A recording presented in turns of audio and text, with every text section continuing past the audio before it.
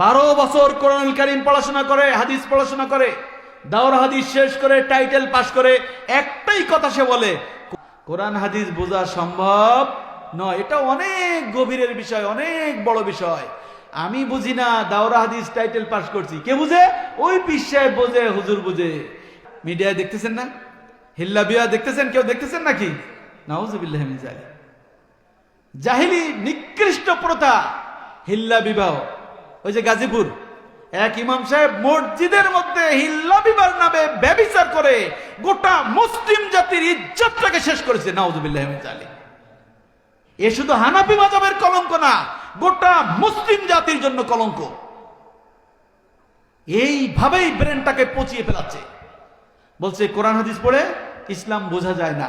এটা কি যৌক্তিক না অযৌক্তিক?